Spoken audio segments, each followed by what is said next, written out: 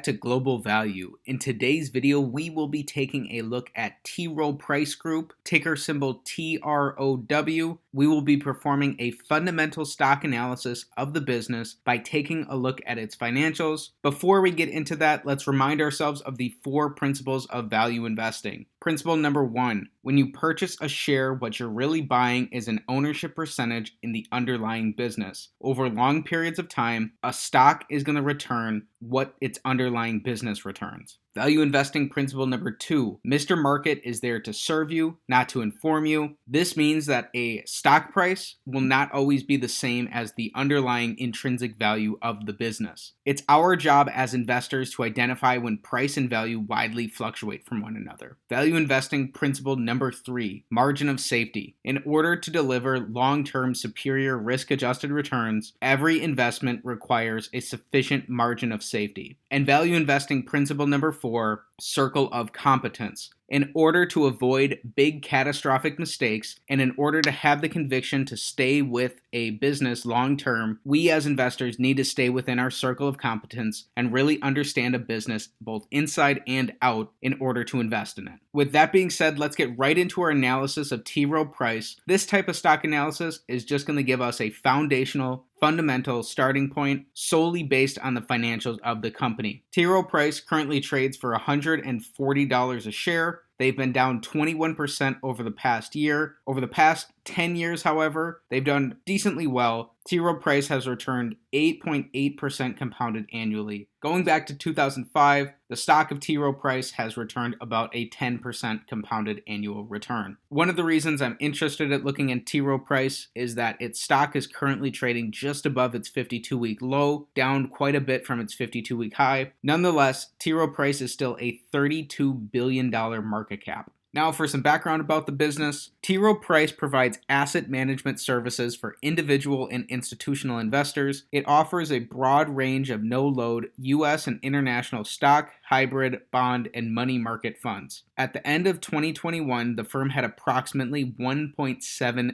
trillion in managed assets, composed of equity, balanced, and fixed income offerings. Approximately 2/3 of the company's managed assets are held in retirement-based accounts, which provides T.Rowe Price with a somewhat stickier client base than most of its peers. The firm also manages private accounts, provides retirement planning services, and offers discount brokerage and trust services. The company is primarily a U.S.-based asset manager, deriving just under 10% of its assets under management from overseas. T.Rowe Price Group was founded in 1937 and is based in Baltimore, Maryland, with additional offices across the globe. So now that we've gotten a background of the company, now let's get right into our fundamental analysis. We are going to be performing an 8-pillar analysis popularized by Everything Money. Starting off with pillar number 1, we're looking for the average 5-year PE to be below 22.5. And we can see that T.Rowe Price's average 5-year PE was 15.5. So that's a check there. Currently, they're trading at about a 10.5 PE. Pillar number 2, we're looking for their average 5-year return on capital to be above 9%. T.Rowe Price does a fantastic job of earning high returns on their capital. Over the past 5 years, their average return on capital has been 31.5%, more than 3 times the metric we were looking for, so they do a phenomenal job there. That's another check. Next, for pillar number 3, we're looking for 5-year revenue growth. This one's going to be another check. In 2017, they had $4.8 billion of revenue, and in 2021, they had $7.7 billion of revenue. So far, so good. 3 check marks through 3 pillars. Pillar number 4, we're looking for 5-year net income growth. This one's going to be another check. In 2017, they had $1.5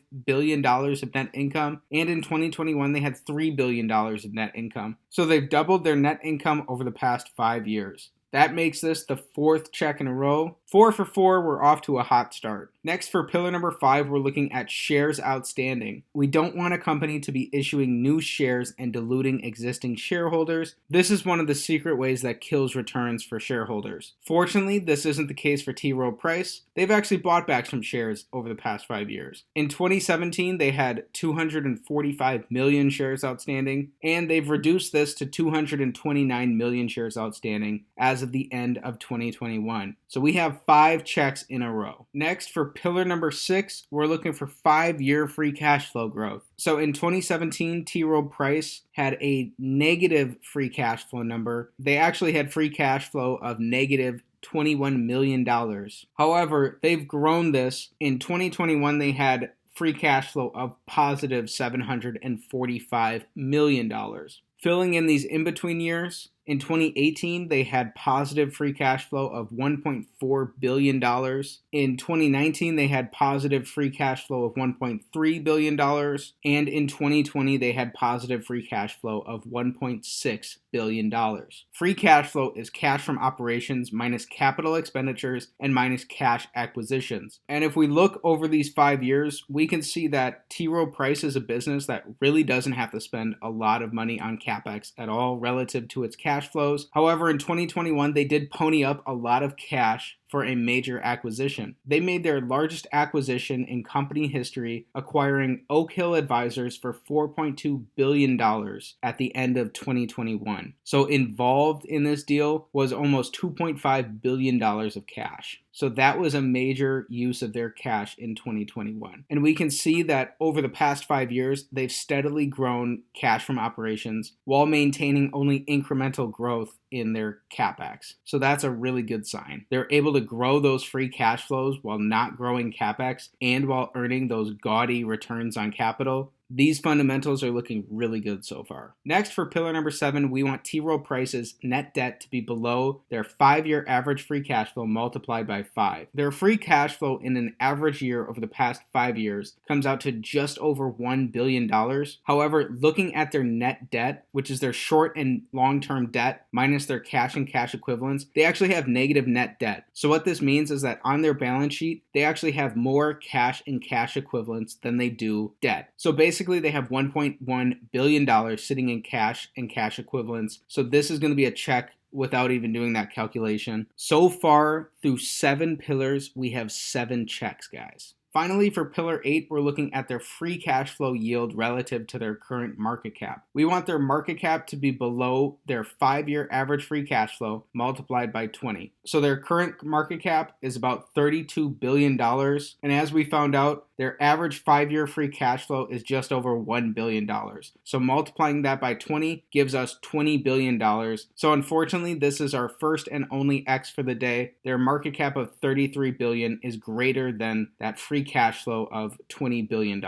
Their free cash flow only comes in at 2/3 of their market cap. Now, this doesn't necessarily mean that the business is overpriced, right? We had 7 checks and their PE wasn't high. One thing that'll give us more context here is how their revenues have changed. So they've had revenue growth. The big one, the jump in 2021. Before that, year over year, it was in this 5 to 10.5% range. So they are still growing revenues at a pretty healthy rate. Another thing to mention about T.Rowe Price is that they pay a large dividend of 3.1%. And one way to check if this is healthy or not is to look at their payout ratio. We want companies to be paying out less than 60% of their earnings. That way we can know that they can healthily support this dividend into the future. As we can see, that's the case here with T.Rowe Price. They have never gone above a 40% payout ratio in the past 5 years, still maintaining a dividend yield that is nearly double the S&P 500 right now. So in summary, T.Rowe Price checks the box on 7 out of our 8 pillars. The only pillar that they missed was how their free cash flow compares to their market cap.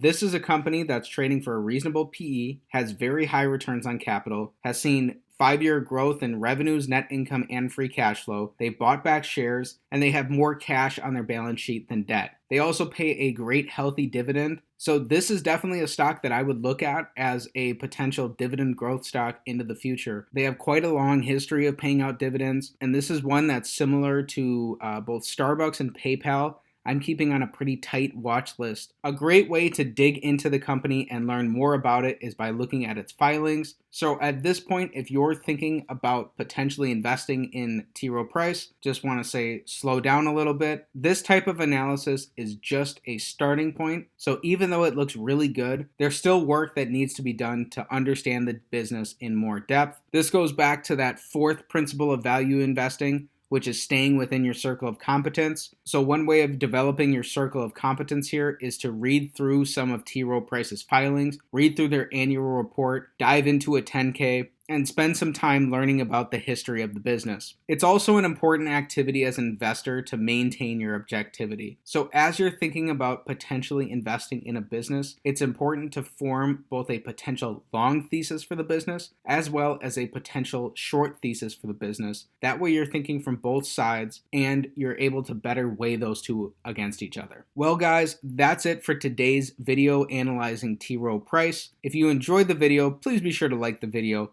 comment down below what company you want me to take a look at next, and subscribe to the channel for more stock analysis videos. Thanks for watching all the way to the end, and have a great day.